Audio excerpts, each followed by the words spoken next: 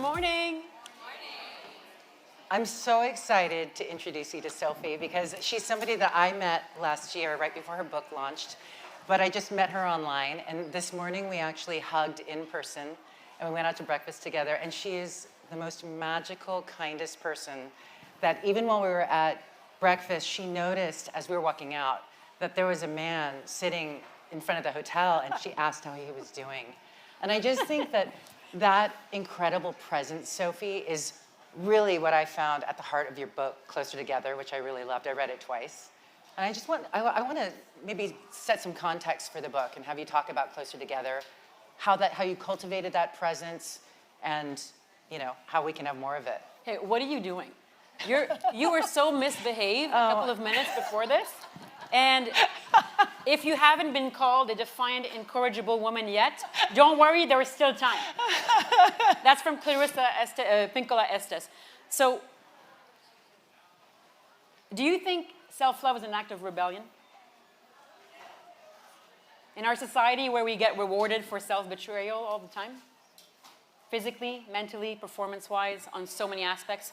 Has anybody talked about the fact that it's International Women's Day? Woo! So we hold. So I have 2 teenagers and a 10-year-old, and we hold, women. We hold the emotional load of the household. We hold everything at work. We try to make everything happen at the same time for people we love. We hold, and we hold, and we hold. And we hold, and we hold until we collapse. And until we can't do it anymore.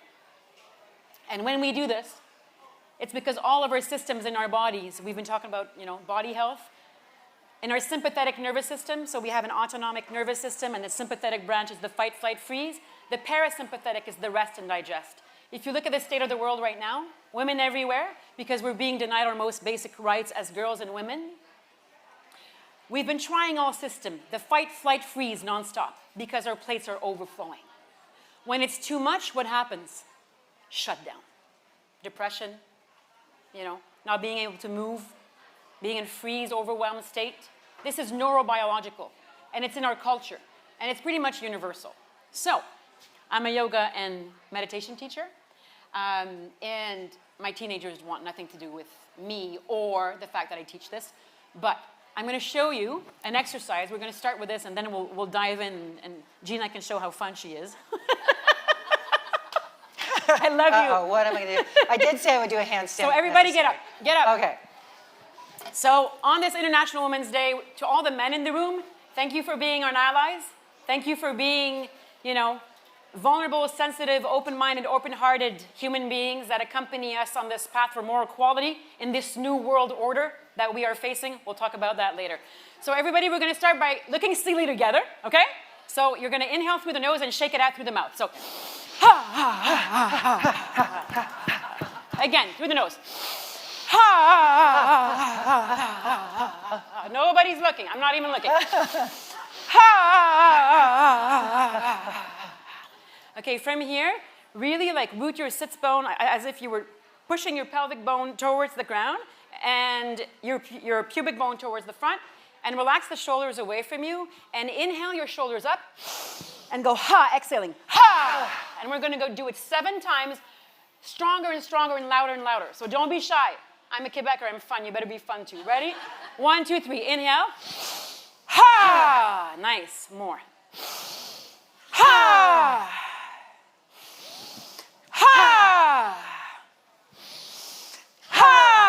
louder,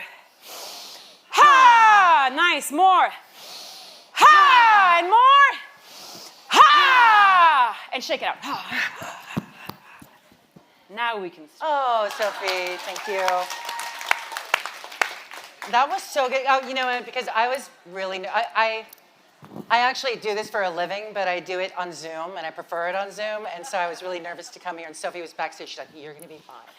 You're going to be good. I usually do this when I give virtual conferences. I'll have my super nice top on with my PJs on the bottom, right? So nobody knows. But by the way, this is part of my morning routine. It sends a signal to your nervous system that you're safe, that there's no saber-toothed tiger or nobody there to threaten you, right? And it works. It works. We're trying to outthink our problems with our left brain, with our cognitive, logical brain. doesn't work. It just doesn't work. We're all wired differently, but the same in our 200,000-year-old brain, right? So this is universal. It's not unique to any of us. So as we celebrate International Women's Day, we should remember that we're so much more alike than we're different. And that's really the core of our conversation, I guess, right? Yes, and talking about dysregulation, I mean, I think a lot of us in this room, I can't imagine that anyone's not dysregulated in this room with the news cycle, with the dystopian climate change that we've been experiencing with all of it. And there was a really interesting anecdote in your book about dysregulation from, of all people, Jewel Kilcher, or as we know, Jewel, and she's a good friend of yours. Yeah. I want you to talk about what the anecdote that she talked about when she replaced stealing, not pickpocketing, but yeah, she was a kleptomania. shoplifting. Shoplifting. Yes, kleptomania. Yes. Yeah. So Jewel, the singer, who you know for Foolish Games and many other songs, she's an incredible poet, incredible woman. She's doing a lot of work on herself to really be in tune with who she is, because we're being asked in this world, oh, be yourself, right? Be your authentic self. What does that mean? Authenticity is about becoming who you are without changing your behavior to please. Excuse me, we all do it. We do it as children to get our parents' attention, and we do it as adults in our workplaces, with our lovers, our friends. We all do it, men and women. So Jewel, who lived on the streets and in her van for many years before her big success hit her, she was numbing her pain by shoplifting. So that was her high. And any type of addiction, actually, I'm going to ask you this question. Think of it, habit that you have that provides you temporary relief, but that in the long term isn't great for you or the people around you. So think about one right now. Is it the white wine at 5:30? Yes. More like 11:30. 11, yeah. That's not disruptive for your sleep. So that's the definition of an addiction, coming from Dr. Gabor Mate, who allowed me to write this book. So we all have an addiction, in micro ways and in macro ways. And Jewel, her drug of choice to numb her pain was shoplifting. And one day she said, she was just about to get out, and I tell the story in the book, with a new dress, and she said, I don't want to do this anymore. Like when you witness yourself, right? Have you ever experienced this, where you become your own witness and you see yourself from above or something? So that happened to her, and she said, for a week, I decided that I would watch my hands and watch what they do. And she became actually present. She wasn't projecting, she wasn't trying to numb, she wasn't trying to project herself in a distant future or in a close future. And her healing journey began right there, as she became present. And, you know, stress is only a dysfunctional relationship with the present moment. That's what stress is. And we women, because we plan everything and we hold everything, we're constantly projecting in the future. We don't have a choice. Who else is going to do it? This has to change. So our stress levels and Jewel's story, and it might not be it's her story, but it's our story. Because we're all one trauma away from each other. It takes one dramatic life event to change your brain, your nervous system, and how you treat yourself and other people. So it's kind of a privilege to be in front of each other just right now, because we're not strangers. And you know, I have had a unique life opportunity on the co-political path and non-official First Lady of Canada, whatever, to travel the world and see human beings from so many different facets of the prism of life. We are not different from each other. But the difference that might exist is if we know ourselves or not. And look at the state of the world and see who we elect, how we elect, in our hearts and in governance. It says so much about our state of regulation. Let's talk more about trauma, because in that passage where Jewel talked about the shoplifting, she went back to the trauma of how she grew up and the very dysregulated, abusive household that she grew up in, and how it showed up in what she became addicted to. And I think a lot of us can relate to that, who are maybe workaholics. You know, maybe we're not doing anything that's too bad for our health, but working That's too much. bad for your health. It is? Of course. I married one. No, but I want you to. I want you to talk about that role of trauma and how it shapes us. And we start in your book from the day you were born, which you, amazingly, this book came out on your birthday last year. Yeah, crazy. April 24th, 24. Yep. And it's about the 1 year anniversary of your book, and a lot of things have changed in the world. A few traumatic things. Don't worry, Canada's not the 51st state, all right? Although There's we, not a snowball chance to quote somebody I know. although we might want to know how to get visas later. But, I got my visa to work here, that's funny. but yeah, let's talk more about trauma, because that shows So- up a lot in your book. Yeah, and you know, we hear the word trauma all the time, right? We might not identify with it. So what's trauma? Big T or small t? Trauma is not just, and I want you to think about something traumatic that might have happened in your life as a child or recently, whatever. Trauma is not just something bad that happened to you, it's something that you needed that never took place. That's also trauma. And I have chills because we're all creatures of connection.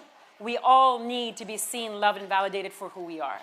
So if you think about, so who has something traumatic happen to them or dramatic in their lives, in their lifetime? Okay? If not, you're emotionally privileged, just so you know this, okay? And it doesn't mean you haven't gone through adversity either. So when the trauma happened, raise your hand if you spoke to somebody about it when it happened. So if you turn around, you'll see there's about 5 hands risen in the room. 20 years at Mental Health Advocate, when I asked this question, not a lot of people raised their hands. So it's not because you weren't, and I mean, we're not going to talk about the serious cases, and you told me that you weren't allowed to cry when you were young. So sadness is one of the most important human emotions to feel and to let settle and exude from the body. So there are 3 types of human tears. The first one is the lubrication of your eyes right now, as you're watching me, and we're here in this room together. So that's basal. Second one is called reflex. So if the wind came in or for an object, the eye would produce more lubrication to protect it. And finally, the emotional tears. Do you know that if a chemist analyzes those 3 types of tears, only the emotional tears will contain stress hormones? So when we cry, dear ones, as a baby's only mean of expression, and as an adult's crucial need of expression, we detoxify our minds and our bodies. So crying is essential. And even teenagers, I have 2. We listen to, dramatic music, and we're dramatic, and that's because we need to. Because that melancholy of growing up, that sadness that accompanies the letting go of childhood needs to be exuded and needs to be felt. So the difference between human suffering, which is totally a part of life, it's normal to suffer. We've been taught that human emotions are dangerous. They're not at all. But we have not been taught to sit with our pain. It's not part of our education program. It should be. So the difference between suffering and trauma, does anybody know what it is for fun? No? Constriction. Closing in. I love poetry, and one from Reino Maria Rilke says, I want to unfold. Let there be no space inside me hold itself closed, for where I am closed, I'm false. Who's an introvert in the room? Who's an extrovert? Okay, I love you guys, but do you know what personality is? We think we're our personality, right? Personality is an accumulation of adaptive behaviors and defense mechanisms. It's there to protect us. But we're adults now. And the biggest gift we can give ourselves is to know ourselves. And personality is you're not fixed in your personality. And to have a growth mindset, look at the state of the world again, to have a fixed mindset is to probably be in fear most of the time. To have a growth mindset is to feel safe enough to go towards the other without feeling threatened by her difference, by their difference, right? The transgender mice. You haven't heard what happened in the news? Okay. So, it's transgenic, by the way. Okay. Yeah. So, what's happening here, if I had come on stage today, okay, and you were in your sympathetic alert mode, something happened and you're a little bit in distress, if I would have shown you a neutral face, it's hard for me to do a neutral face. No. My daughter would be like, ugh. So if I would have a neutral face on, you could interpret my neutral facial expressions that you catch up on in 100 milliseconds as human beings, your radar is always on, as threatening or aggressive. So think about the faces out there that look grumpy or fearful or that want to ignite division in people. It works, by the way. It works because in the book I interviewed many of the world's greatest experts on why we have the personality that we do. And David Livingstone Smith, who's an expert on dehumanization, who interviews people who committed crimes, genocides, very difficult to sit in front of a human being who hurts other human beings, taught me, Sophie, hatred stems from a deep need for human connection that never took place.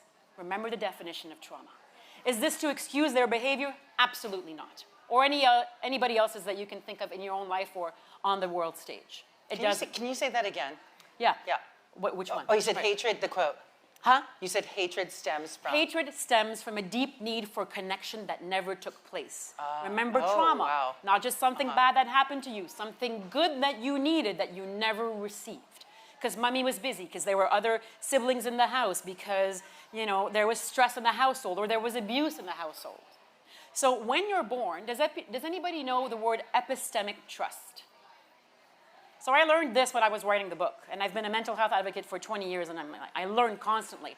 So when you're held in your caregiver's arm, mommy, daddy, auntie, grandmother, it doesn't matter who, and you're held, the period of time at which your mother or the caregiver looks at you eye to eye, so nervous system regulation, the number of seconds they keep you in their arms when you're in distress, or was it, okay, baby love, you're fine, other siblings to take care of? How long did they give you to regulate your nervous system as you grew up? Okay?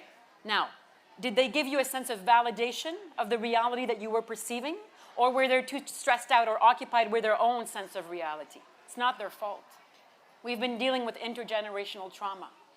But the amazing news is that this kind of left a symphony, a wiring in your brain, a tone of music, okay? That you carry in every single adult relationship that you have today. So if you think your inner child is not active, read the book. Science will show you differently. Does it mean that we're immature? Yes, in some ways, if we don't look at our trauma. Because trauma is inherited, but so is healing.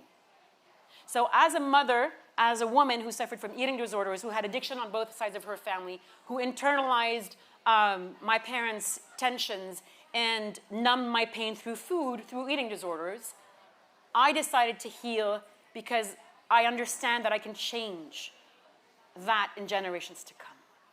And it's a big responsibility, but when you jump through that circle of fire, you'll discover allies everywhere. So I don't know what you're going through in your life right now, or maybe a person that you love, but just know that when you land on the other side, there's grass. It's not prickly. It's not.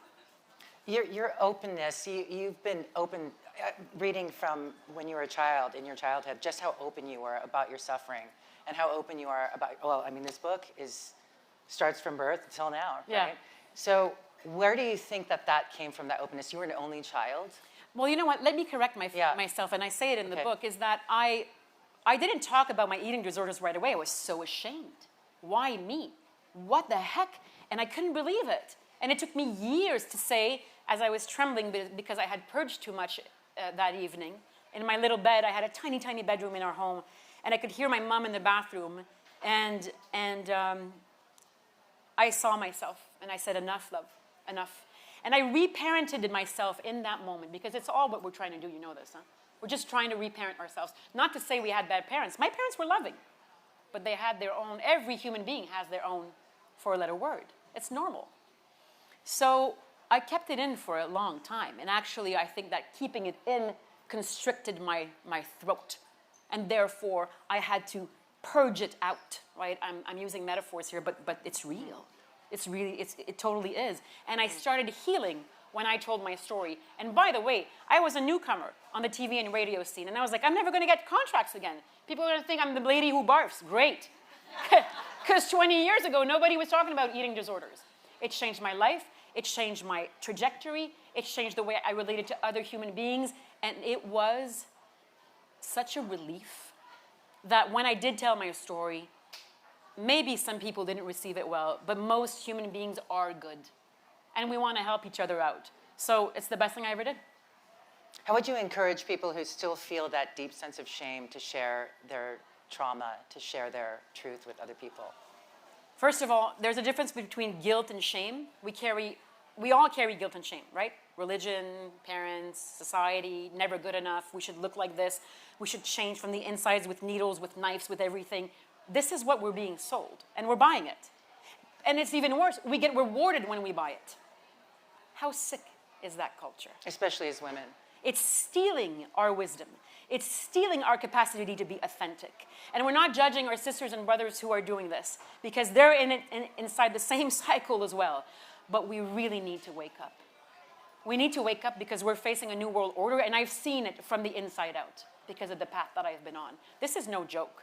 It's really no joke. There are big changes happening on the planet, and if we don't know ourselves, and we don't know how to regulate ourselves and teach this in schools to children before an exam, if they have a little fight at daycare or whatever it is, it's simple exercises. It's a complex problem, but to educate on how to get in tune with your nervous system is more simple than we think. And it's healing.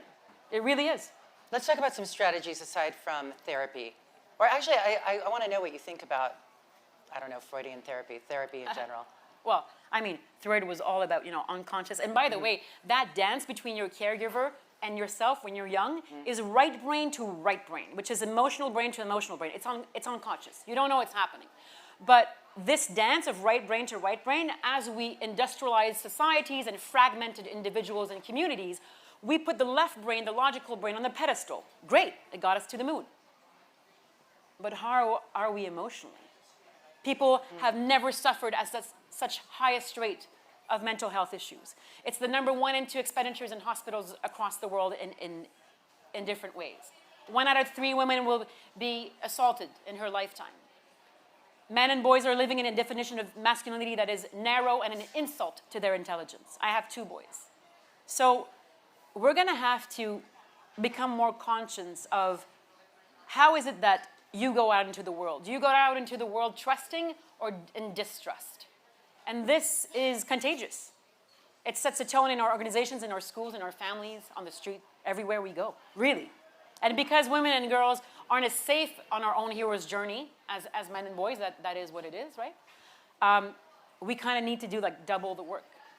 And a lot of times people will ask well, is it our role to educate men and boys about this? It's our role to love them unconditionally if we love ourselves unconditionally. And if they feel safe enough, they'll be able to learn. Because the ones who don't want to learn, they don't feel safe.